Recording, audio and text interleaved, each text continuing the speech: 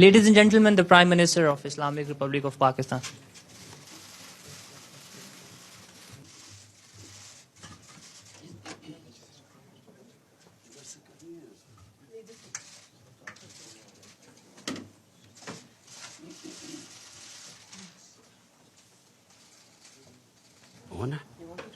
On? You start.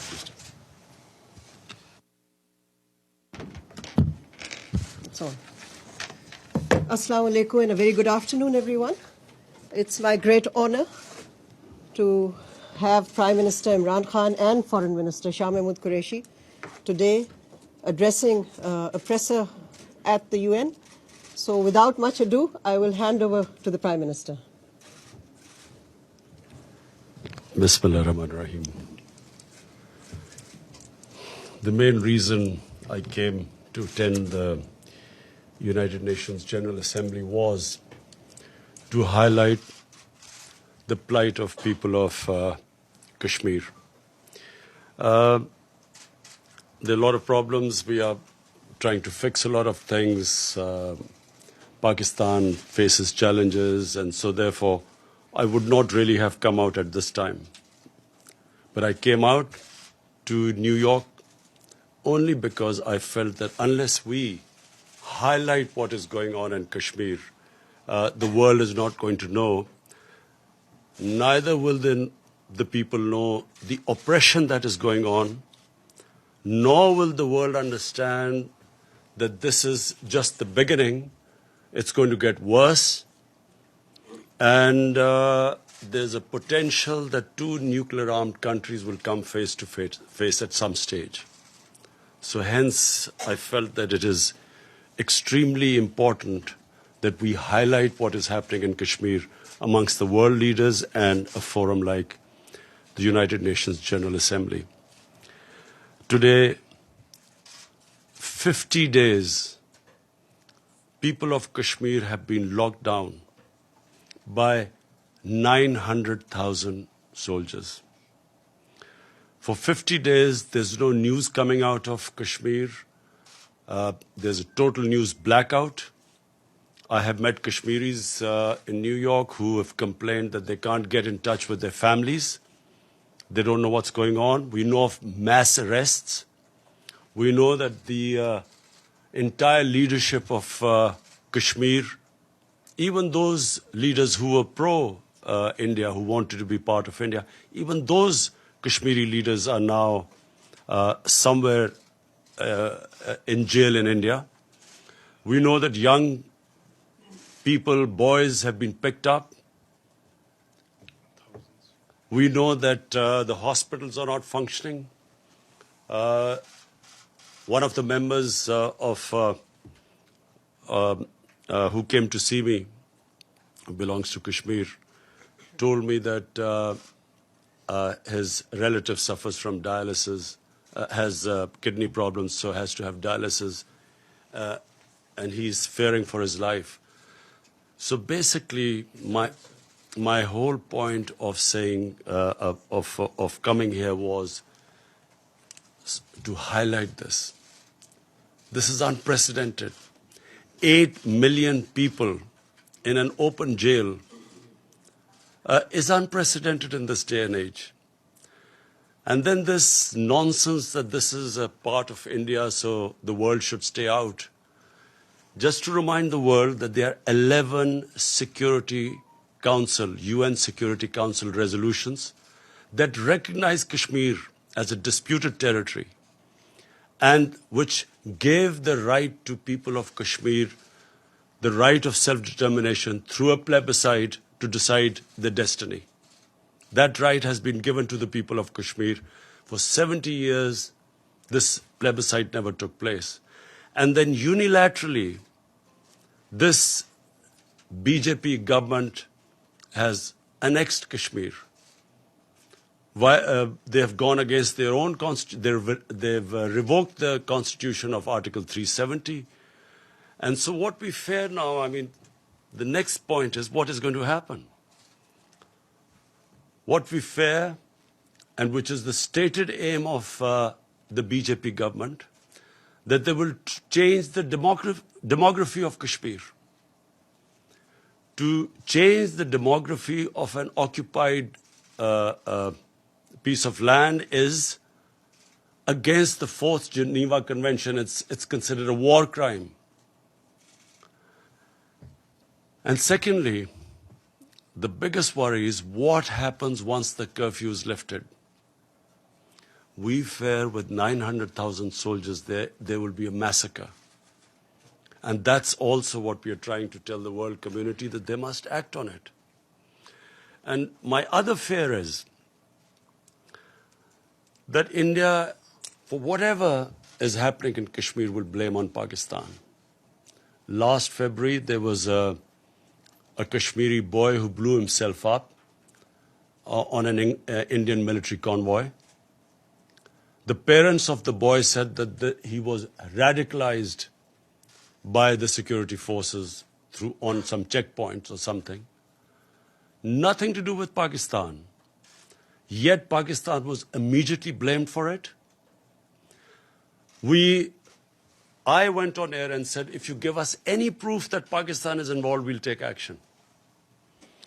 Before any proofs could come, the Indian jets arrived. They bombed us. In retaliation, Pakistani jets went and bombed India. On their way back, they were chased by 2 Indian jets who were shot down. Immediately, we returned the pilot who fell in Pakistan, and we returned to India. But unfortunately, that was treated not as a gesture of peace, that we didn't want escalation between 2 nuclear-armed countries. It was taken as a sign of weakness, how we were scared of the might of India. And the sad fact is that unfortunately, India today is governed by a racist, a Hindu supremacist, a party, RSS, which was banned in India 2 or 3 times as a terrorist organization. RSS was responsible for the assassination of Mahatma Gandhi. Prime Minister Narendra Modi, who is a life member of RSS, was responsible for the pogrom which took place in Gujarat, where 2,000 people were butchered, burnt, under his chief ministership, and for 3 days the state did not do anything. 150,000 people became homeless, Muslims became homeless.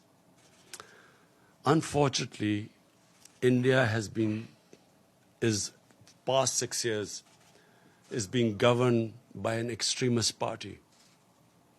It believed in the ethnic cleansing of Muslims from India. This is what the founding fathers of RSS, you can just Google and read what they said, who they were impressed by. Adolf Hitler, Mussolini were their role models. This is all, you can just Google it and you'll find. And this is what we face right now. The moment my party came to power, we tried to do everything to mend our relationship with India. I approached him, I called Prime Minister Modi, said we have similar problems. You and we have poverty, unemployment, and of course climate change is going to affect both Pakistan and India. And all these efforts were rebuffed. We thought it was because of the election campaign. We thought maybe, a nationalist party would pander to its base. So we waited till after the elections. And once the elections were over, we again approached them, and then we found that they were trying to push us into the FATF blacklist to bankrupt Pakistan. That's when we realized there was an agenda. And of course, on 5th August, the agenda came forward. They do not consider Muslims as equal citizens. Neither do they consider Christians as equal citizens. They do not believe in the Nehru-Gandhi secular, plural Indian society. India is changing, has changed in the 6 years. I know India. I have friendships, I know through cricket, I know the India of Nehru and Gandhi, and I know what is going on now. So I'm alarmed, and I think the world leaders need to know. I've spoken to the world leaders. I've spoken to President Trump. I've spoken to Boris Johnson, the British Prime Minister. On telephone, I've spoken to Angela Merkel, to President Macron of France. I've spoken to the Muslim leaders. And this is the time for world to act before this goes too far. Because this is the first time after the Cuban crisis, two nuclear-armed countries are going to come face to face. And what we fear is already the statements that are being given, that terrorists are being lined up on the borders of Kashmir, waiting from Pakistan to go inside. What sort of a nonsense is this? What possible benefit is Pakistan going to have now sending in terrorists when there are 900,000 security forces there? All that will happen is that there will be more oppression on the people of Kashmir. Why would we want to? What will be achieved from that except Pakistan will be blamed, and secondly, there will be more oppression of the people of Kashmir.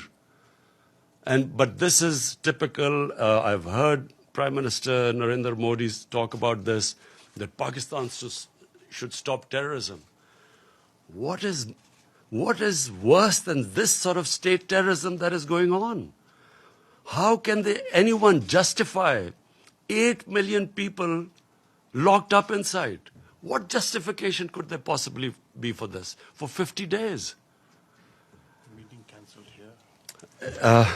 Anyway, I hope that, by the time I leave here, I will be able to apprise everyone of the situation. I also want the United Nations they have a responsibility. After all, it is the United Nations Security Council resolution that gave the Kashmiris the right of self-determination. And what is happening to them right now, responsibility lies on the United Nations too. And also, I think, finally, of the world leaders, the big countries, the powerful countries, I would urge them to look beyond big markets. There are certain, if this thing goes wrong, the effects will go way beyond the borders of the subcontinent. And this obsession with big markets and trade and all that, I mean, this is serious. And I again repeat, we do not know what will happen after the curfew is lifted. And my fear is that with 900,000 troops there will be a massacre. Yes, Mr. Prime Minister.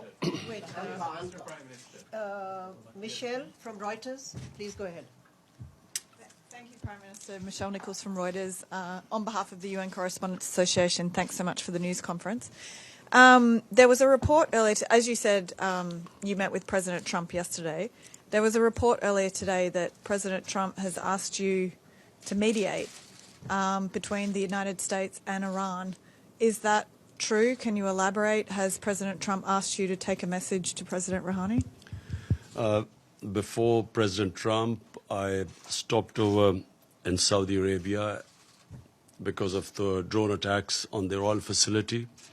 And I spoke to Prince Mohammed bin Salman, and he also asked me to talk to the Iranian president. He knew I was meeting him. And so also President Trump asked me that if we could de-escalate the situation and maybe come up with another deal.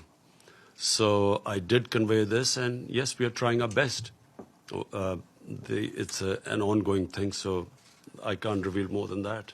So, sorry, just a quick follow-up. So, yes, you are now mediating between the United States and Iran. And when did you speak with President Rouhani? I immediately spoke to President Rouhani yesterday after the meeting with President Trump. But I can't say anything right now more than this, except that we are trying and mediating. So how do you think the situation can be escalated?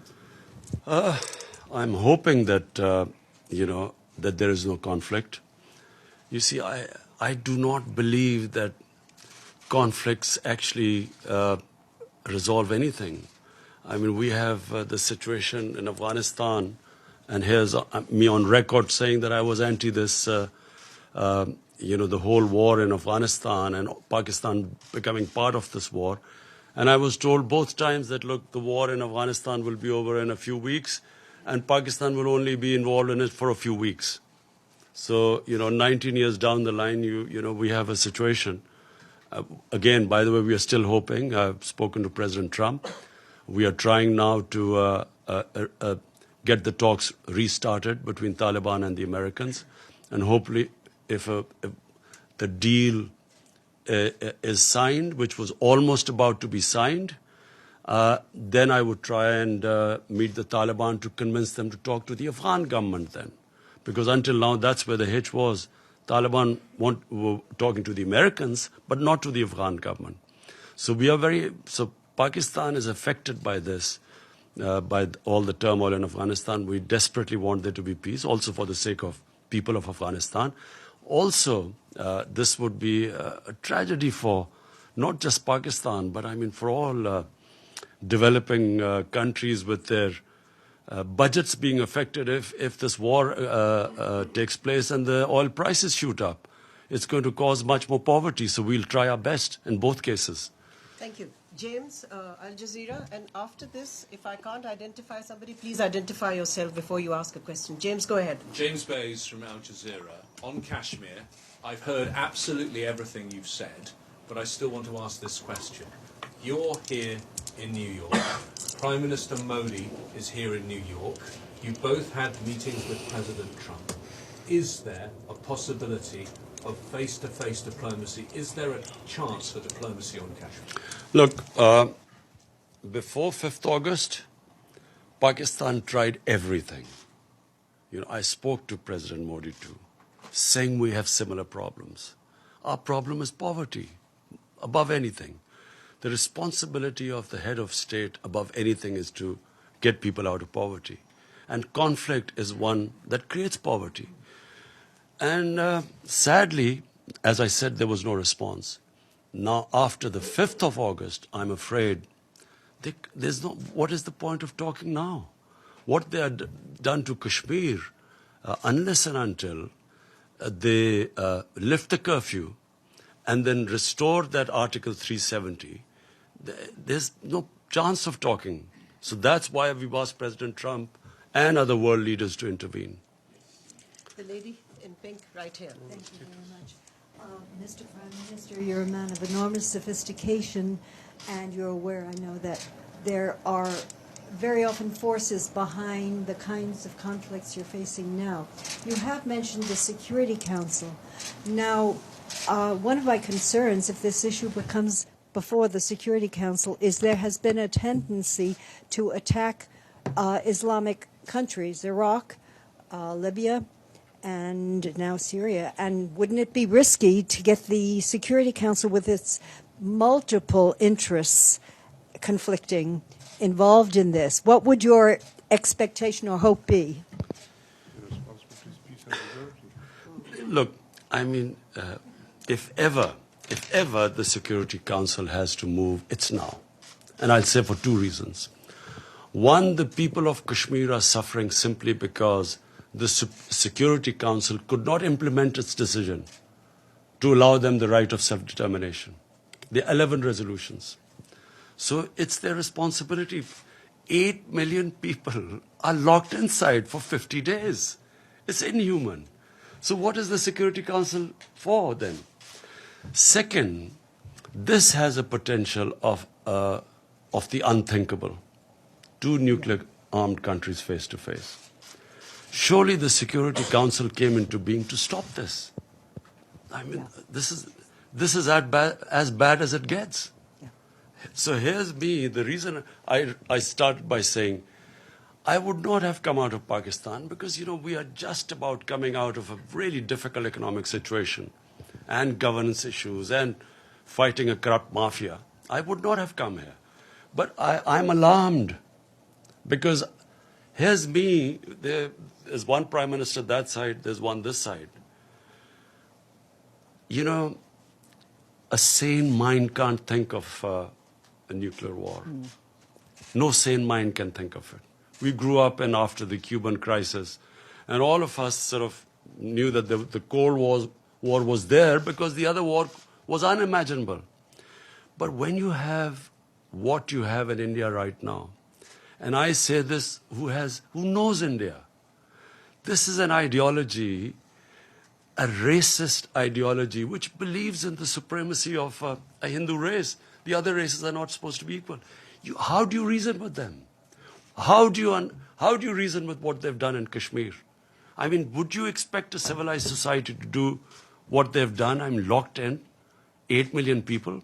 So therefore, I'm worried that if this goes on, there can easily be a miscalculation. And that's why the United Nations must act. Mr. Prime The lady in the white suit at the back, please identify yourself. We'll come to you, Mateen, in a minute. Let's just take some UNGA members. Thank you very much. My name is Nazira Azim Karimi. I'm Afghan journalist. Mr. Khan, as Afghan people have a high expectation from you because you're peace ambassador. You're a very famous soccer player. No. Cricket. Ball game, more or less the same. Ball is involved. As a peace ambassador, which role Pakistan should play to bring Taliban and the table to make negotiations with the Afghan government? What is the reason why they don't want to talk with Afghan government? Thank you. Well, this was a sticking point, as you're right, that the Taliban were willing to talk to the Americans, but not to the Afghan government. And at one point, the Taliban wanted to meet me, but I asked the Afghan government, and they asked me not to meet them. So the reason they said was that until President Ghani came to Pakistan, only then afterwards I should meet them. So I was planning to meet them once they had signed the deal with the Americans, and I would have met them for only one reason, that they should now talk to the Afghan government. But unfortunately, on a tweet, we found out that the deal was off. But, it's very sad because that was very close. And once the deal was made, then, the progress would have been made. But let me just be clear. There is no military solution, which is what I've been saying for a long time. And once the Afghans get together, they will find a solution. It must be, if the government sits down with the Taliban, they'll find a solution. But it's a question of getting them there. Iftikhar, APP. Thank you, Mr. Prime Minister. Iftikhar Ali from Associated Press of Pakistan. For weeks, you have been calling for lifting of siege in your occupied Kashmir. And in this connection, you have met representatives of international humanitarian organizations. What is it that prevents them to carry out their mandated task of providing relief to the Kashmiri people and to visit the prisoners, which they are mandated to do?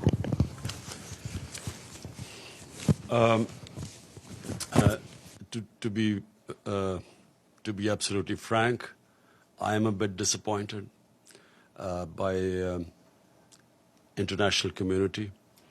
I'm disappointed first because, if 8 million Europeans were put under siege like this for 50 days, or Jews were put under siege, or Americans were put on siege, well, forget Americans, even 8 Americans were put under siege, but I'm talking about any other. I mean, would the reaction have been the same? They make statements, and there is no pressure as yet on Narendra Modi to lift the siege. So we will keep mounting the pressure. And I will tell the UN, I'm speaking on Friday, I will tell them that if there is a massacre, what are 900,000 troops doing there? When India says that, these Pakistan is sending these terrorists, 500 terrorists, what can 500 terrorists do in front of 900,000 troops? Why would you send 500 terrorists as what they're saying? 900,000 troops are not to fight terrorists. They are to control, intimidate, and subjugate a population. And population, the entire Muslim population, I mean. This is why it is going to have repercussions far beyond Kashmir. Because 1.3 billion Muslims are watching this. Where is the world community? Where is the international community? Where are laws? United Nations Security Council had given them that right of self-determination. And what is happening to them now? So this will have repercussions. It's going to create radicalization. This is going to get worse. I'm flagging it right now because this is just the beginning. Once the curfew is lifted, God knows what is going to happen after that. Do they expect that the people of Kashmir, who've already lost 100,000 people in over 30 years, do they think that just because India has revoked Article 370, they will quietly accept the status quo? They will accept that India has taken over and annexed Kashmir? Of course, this is going to be there's every likelihood of there being a massacre. So the world community will be responsible. Mateen Haider. Can I just add to what the Prime Minister said to your question, sir? The President of the ICRC met the Prime Minister yesterday, and he said that in order to go and operate in Jammu and Kashmir, Indian occupied side, they need permits. They've applied for permits, and they have neither been refused nor been given permits. So practically, they're inaccessible. Yes, Mr. Prime Minister over here, Mateen Haider, Ji, Mateen. So you just expressed disappointment over international community's cold response. But you are saying at the same time you are making all efforts, meeting world leaders. What is the reason India is unmoved? And when you met President Trump, again he said that he is ready to mediate if requested. So when he will be requested, and the second part of it, how serious is the threat of attack or adventure from the Indian side, and what is your defense preparation? Do we have the capability to thwart any possible aggression from India with full force? Thank you, Mr. Prime Minister. Look, disappointed because I really feel, now, not as a Pakistani Prime Minister, as a human being, I feel disappointed that how can the world community stay quiet when 8 million people are being treated worse than animals? It's just simply disappointment coming from there. Secondly, I know why the response is lukewarm, and I know why Mr. Modi is not pushed at the moment. The reason is because people look upon India as a market of 1.2 billion people. Sadly, this is what is happening. Material comes over the human. So it's because it's a big market. They know it's wrong. Everyone I've spoken to knows this is wrong. Some are appalled by it.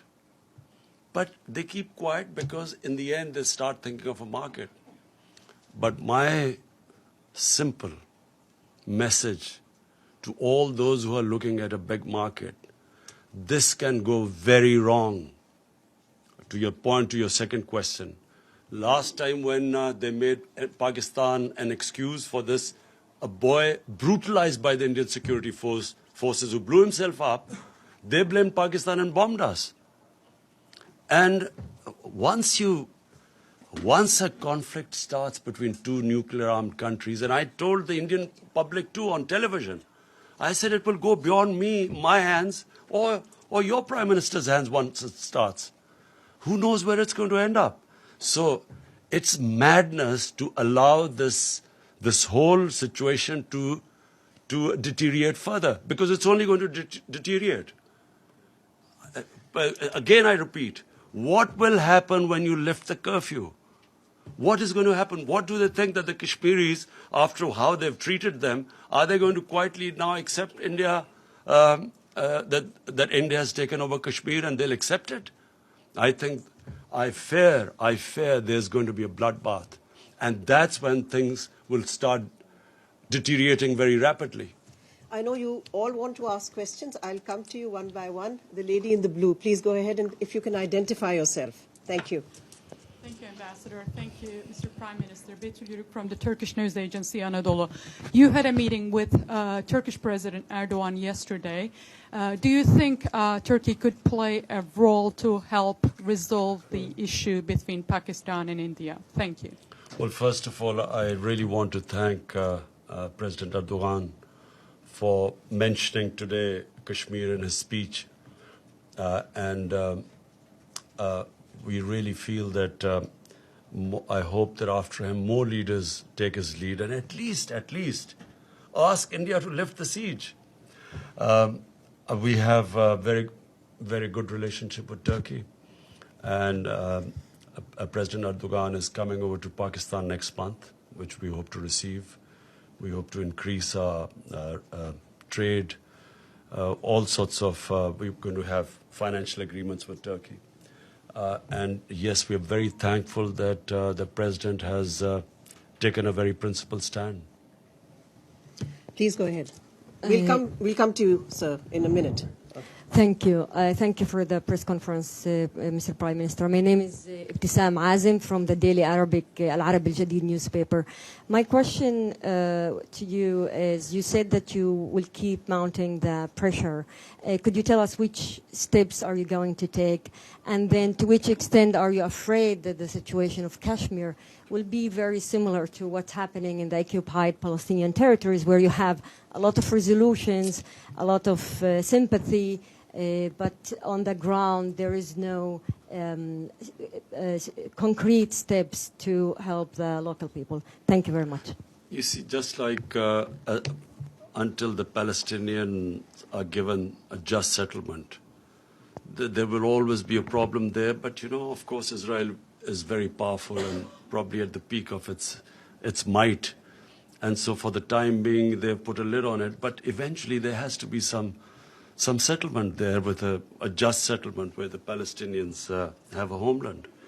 I think that Kashmir is going to be a bit different. For 30 years, people of Kashmir have wanted, this freedom movement has grown. Today, the act done by the Indian government of shutting people in their homes for 50 days has alienated the entire spectrum of Kashmiri public.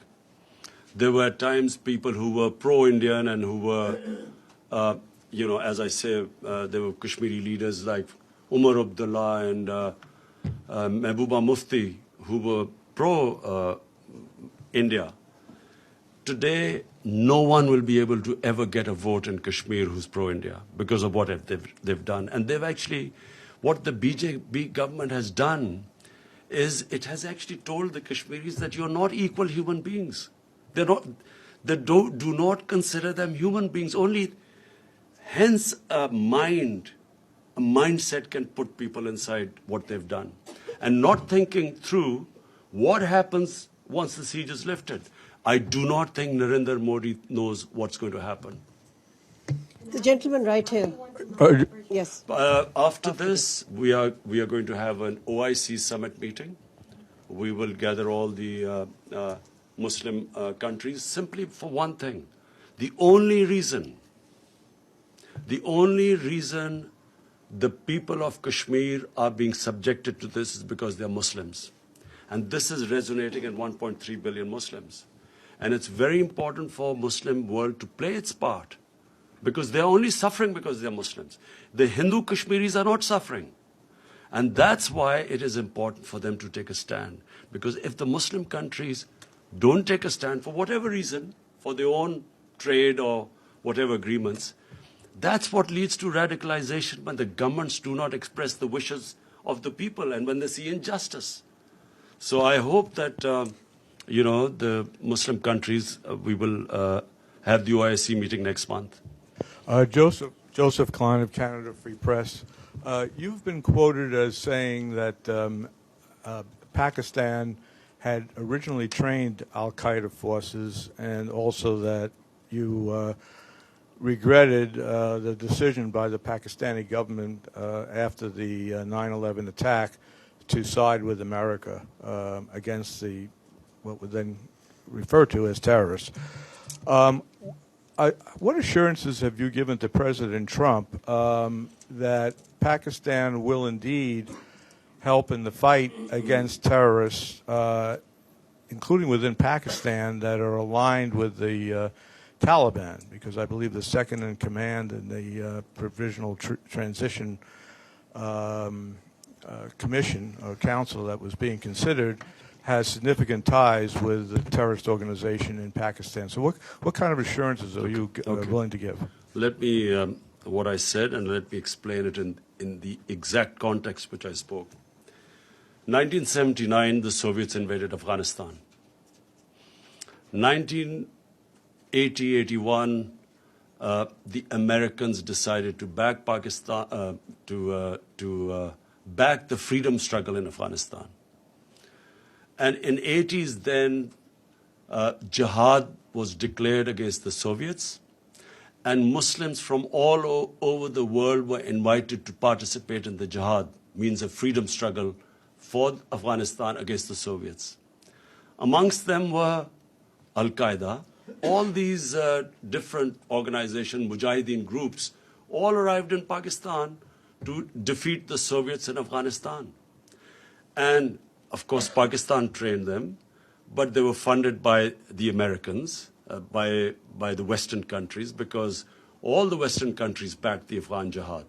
So my whole point was that then Mujahideen, who were doing, the Russians would call terrorism, but then we would call them freedom fighters. They were trained in the art of guerrilla warfare, which the Russians called terrorism. And so when the Soviets left, my whole point is that the United States also packed up and left. And we were left with the groups.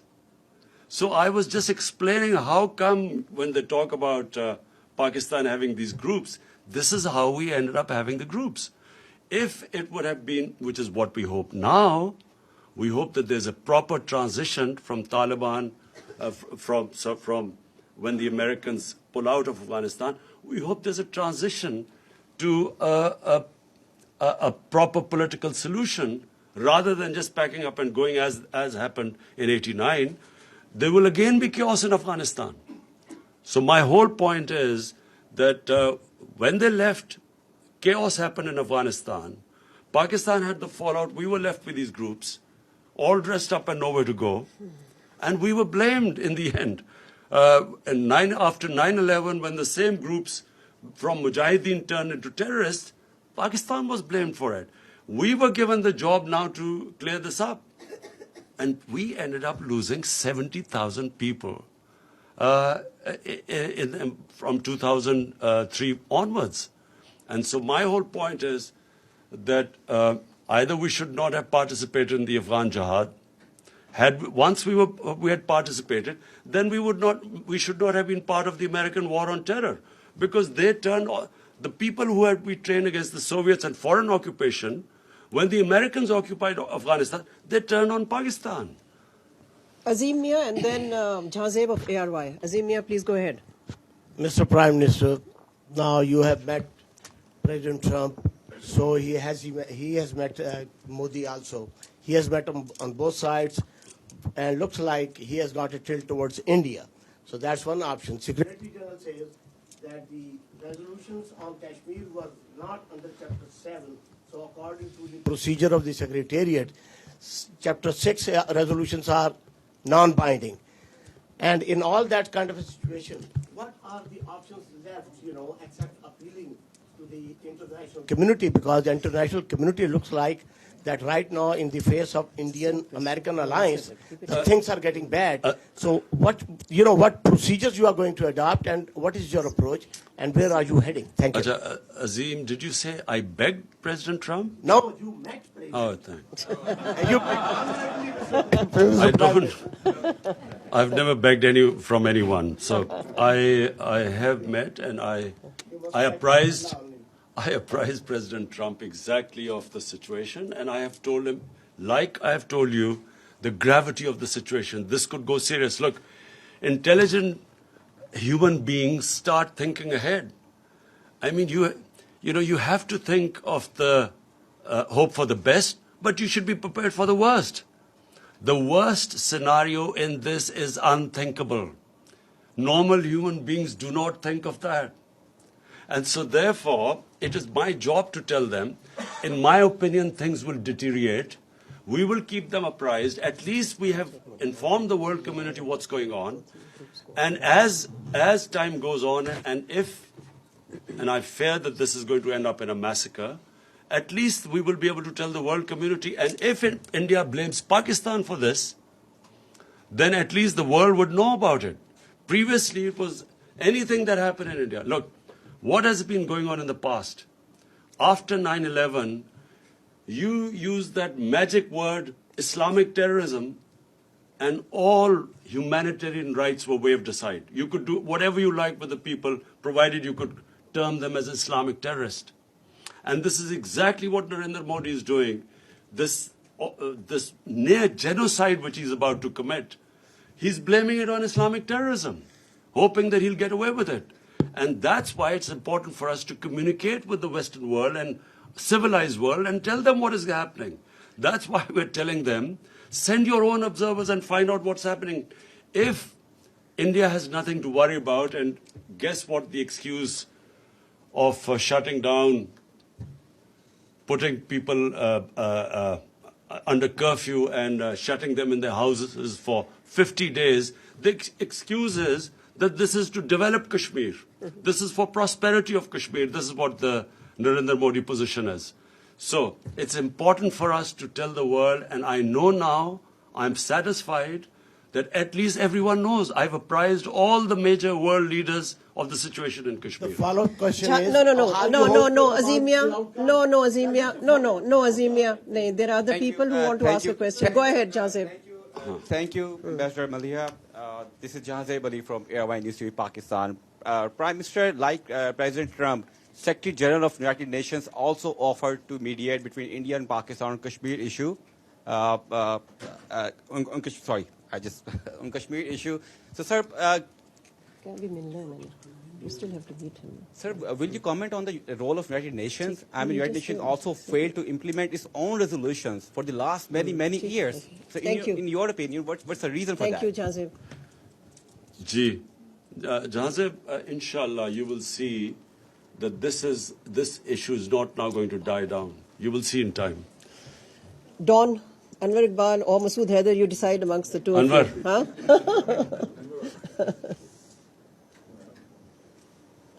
Sorry. I have a very brief, very simple question. You are here, met world leaders, you'll be speaking in 2 days, and you'll go back. What other options do you have now if the international community does not respond? Look, Anwar, let's be straight about this. What options have we got apart from this? I mean, we can't attack India if, clearly that's not an option. Apart from that, we are doing everything possible. Apart from starting a war, we are doing everything possible we can. We are all the time exploring every possibility. We're making sure every world leader knows about the situation. I will be speaking on Friday as well, and I will try my best to make the world understand. And then media, I'm going to... you see, I believe that the media is very powerful. The Western media, I had meetings last night, and I realized that a lot of them already know what is going on. And so I know what happened in Bosnia. When the ethnic cleansing of Muslims started in Bosnia, for a while the world did nothing. But the media put such a pressure that eventually the world had to do something. And I believe that in Kashmir, it's exactly the same thing will happen. Even though countries are worried about their economic interests and markets, I believe that this is a much bigger issue than markets and economic interest. And eventually the world will be interested. Let's take Hassan from the Daily Times. Mr. Prime Minister, in the past we have seen we had General Musharraf 4-point formula and we also had a Chenab formula. What proposal would you suggest to resolve Kashmir if you were able to talk to India in the near future? For a start, they have to lift the curfew. That's the beginning. I mean, this inhuman curfew of 50 days Even the Congress party in India has commented that poor people have been shut inside for 50 days. 50 days they've, no one knows what's happening with all the prisoners, political prisoners, thousands of them. Thank you very much. In that formula, there was a problem. And the problem was the third party, the most affected party, the Kashmiris, were not in the loop.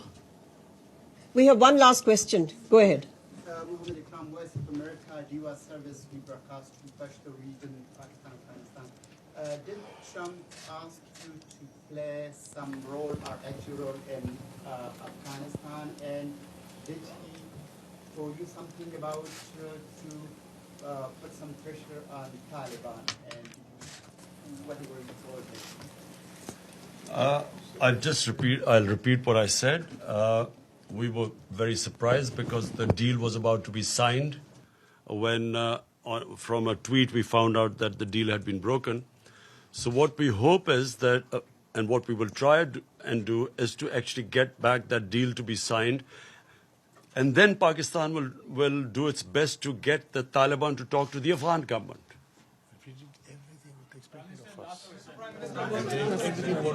We're done.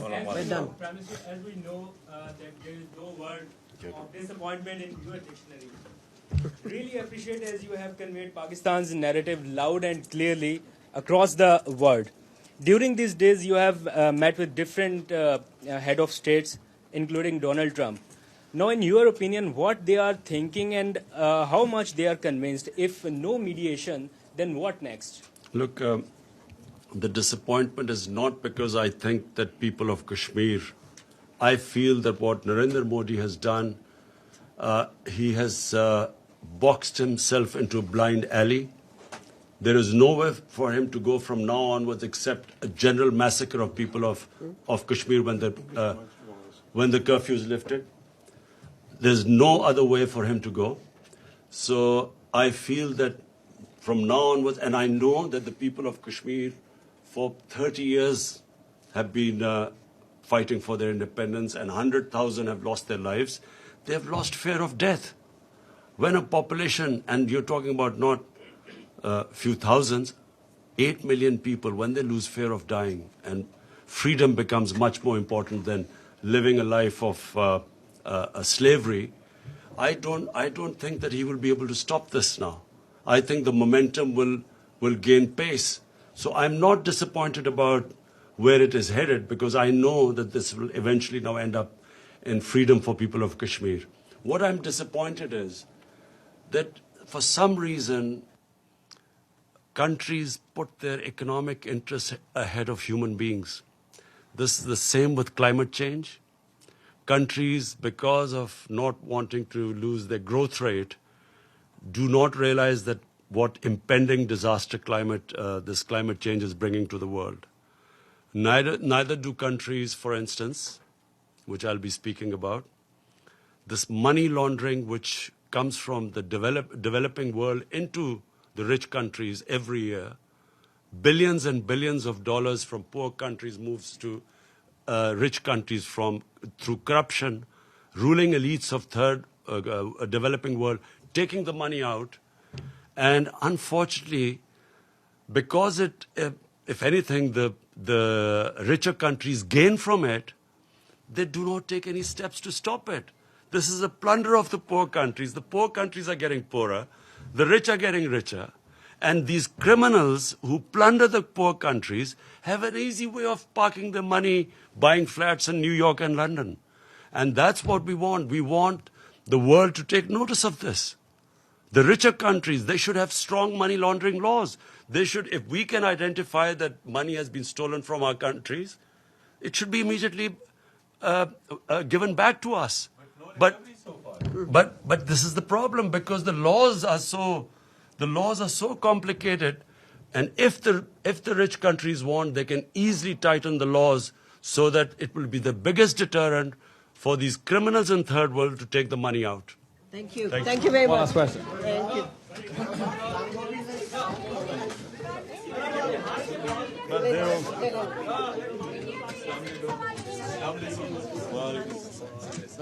है वो allowed तो होता नहीं है फिर Pakistani media कहाँ allow करते हैं? नरेंद्र मोदी के उसमें India media is third grade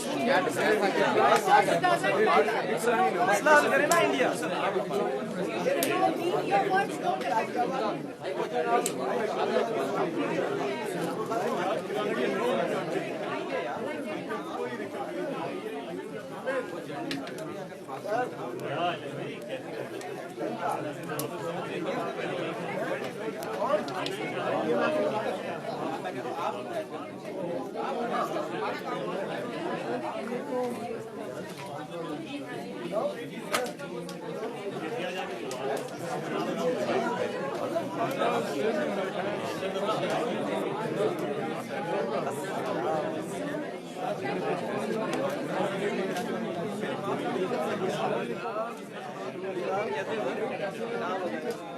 एक ही गुजरी है, एक ही पड़ी